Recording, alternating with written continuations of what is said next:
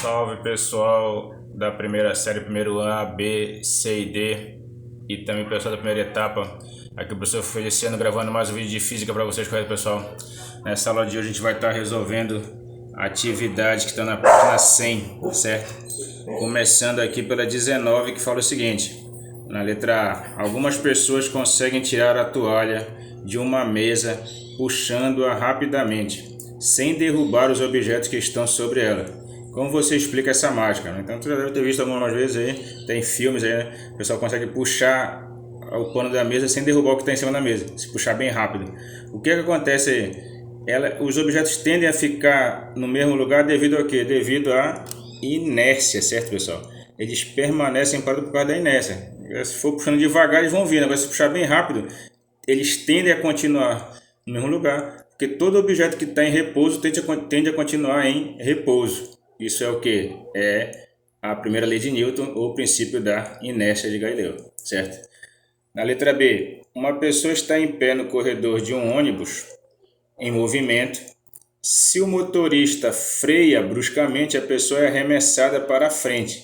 Explica esse fato. Então, se a pessoa está no ônibus em movimento, de repente o ônibus freia, a pessoa vai para frente por quê? Também pela inércia, né? Como a pessoa está em movimento junto com o ônibus, ela tende a continuar em movimento. Então, o ônibus para, mas a pessoa tende a continuar. Então, ela vai, é como se ela fosse arremessada para frente, porque ela tende a continuar o movimento dela, certo?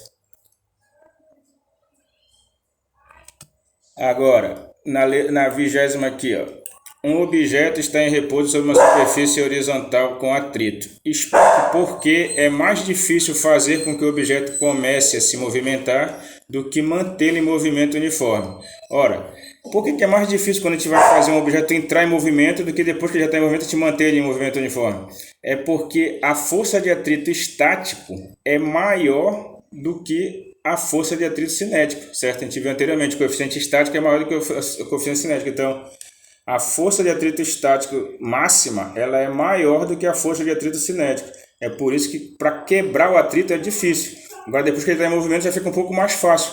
Por quê? Porque o atrito cinético é menor, certo? Então, essa é a explicação disso, por que é mais difícil fazer um objeto entrar em movimento do que manter ele em movimento depois que já está se movimentando. Na 21 aqui, pessoal. Uma mesa é empurrada por uma pessoa com uma força F horizontal, como mostra a figura abaixo. Suponha que a força F é 3,5 kgf e que a mesa não se move. Então aqui ó, a pessoa está empurrando a mesa com uma força F de 3,5 kgf, mas a mesa não se mexeu, certo?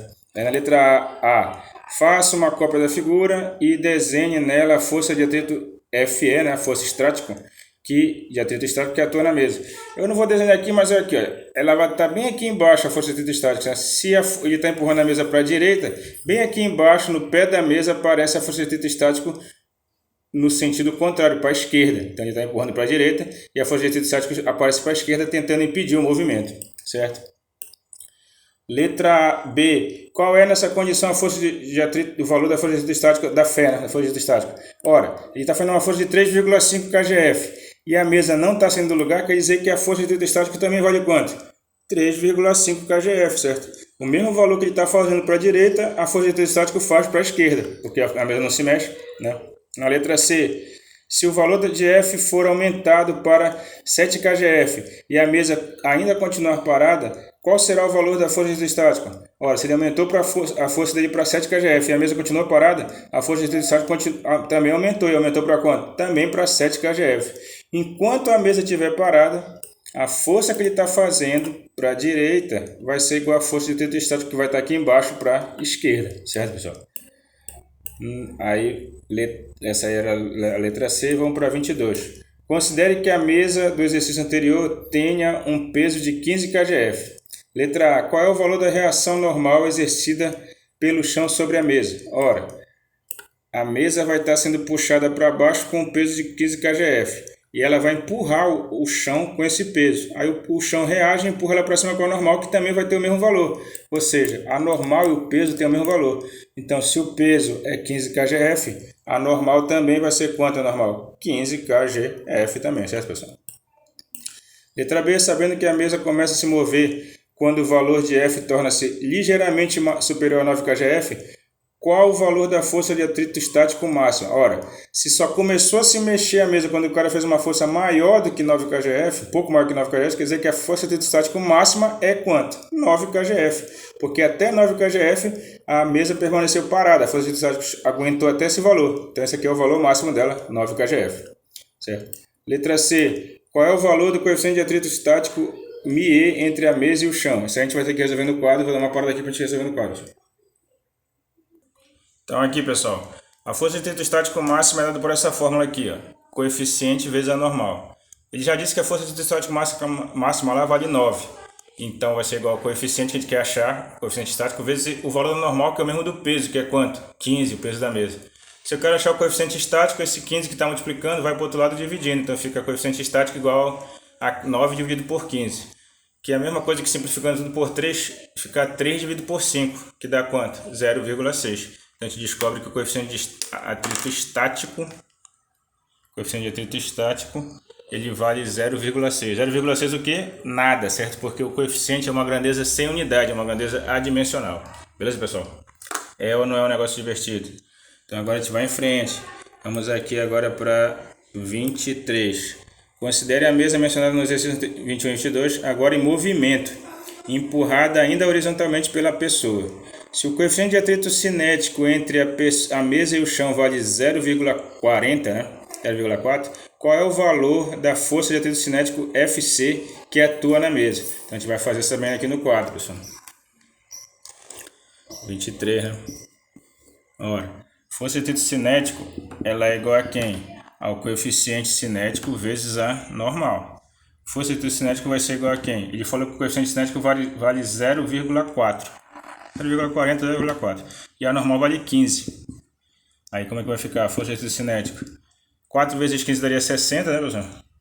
Como tem uma carga decimal, dá 6. 6 o que? Se é força de atrito, nesse caso aqui a força está em kgf. Então a força de atrito cinético vale 6 kgf. Falou, pessoal? É o que já está aqui no quadro, 6 kgf.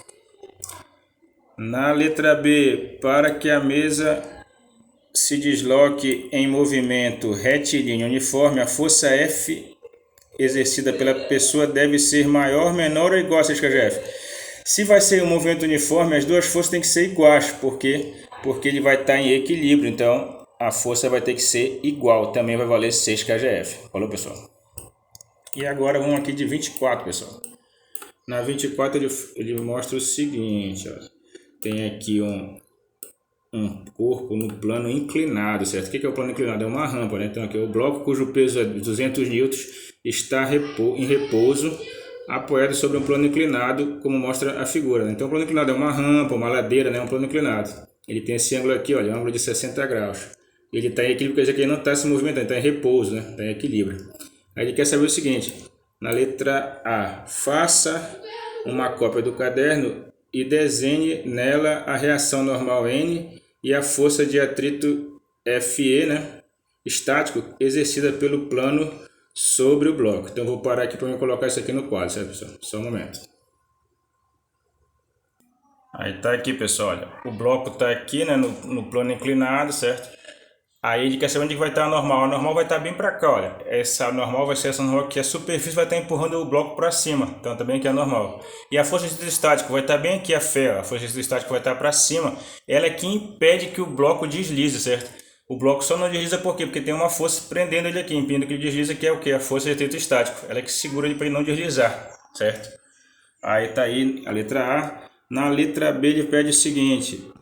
Desenhe na figura os componentes retangulares PN e PT do peso do bloco, certo? Então o que acontece? Quando um bloco, um corpo está num plano inclinado, o peso se divide em dois. Uma parte dele vai estar aqui na direção do movimento, tentando fazer o bloco deslizar, que é o PT, que a gente chama de peso tangente. E a outra parte vai estar aqui, fazendo com que ele fique colado na superfície, que é o PN, que está na mesma direção da normal. Então, no plano inclinado existem duas partes do peso. O peso que estaria para cá, assim, né, ele se divide em dois. Uma parte vai estar na direção do plano e outra parte vai estar na direção da normal, certo? Um é o peso tangente, que tenta fazer o bloco deslizar, e outro é o peso normal, que mantém o bloco colado na superfície. Beleza? Na letra C, qual é o valor do ângulo alfa mostrado na figura? Então a gente nota que tem um ângulo bem aqui, o ângulo alfa. Esse ângulo alfa ele é igual a esse ângulo de inclinação, ou seja, o alfa vale 60 graus. Certo? O alfa vale 60 graus. Beleza? E agora aqui na letra D que a gente calcule o PN e o PT. Certo? Então aí o PN e o PT. O PT é o peso vezes o seno do alfa. Certo? Sempre essa fórmula aí. Então quem é o peso tangente? É o peso, mas o peso desse bloco ele falou que vale 200. Vezes o seno do ângulo alfa, é o seno de 60. Isso aqui tu vê em matemática, tem uma tabela que mostra que o peso tangente, o peso de 60, aliás, o seno de 60 vale aproximadamente 0,8. Então fica 200 vezes 0,8. Certo? Peso tangente vai ser 2 vezes 8, 16. Teria mais 2 zeros. Como tem uma casa decimal, 160. 160 o que se é peso nesse caso? 160 newtons. Certo, pessoal? Nesse caso o peso está em newtons. Falou? Copia aí que eu vou dar uma parada para a gente fazer o peso normal. E agora aqui, pessoal, resolvendo, né, o peso normal é o peso vezes o cosseno do alfa. Então o peso normal vai ser o peso que é 200 vezes o cosseno de 60. Então fica 200 vezes o cosseno de 60 que é 0,5, certo? E aí 200 vezes 0,5 dá exatamente 100. 100 o quê? 100 newtons. Então a gente descobriu aqui que o peso tangente vale 160, né, aproximadamente, e o peso normal 100 newtons. Valeu, pessoal? Então fica por hoje isso aqui. A gente vai na próxima aula falar sobre a segunda lei de Newton, que é o último assunto que ainda cai na nossa terceira tarefa, né, do terceiro bimestre. Falou? Não deixe de deixar um comentário com o nome e turma no vídeo. Valeu por hoje, pessoal. Até a próxima. Fiquem com Deus. Desejo um feliz ano novo para todos. Valeu, moçada.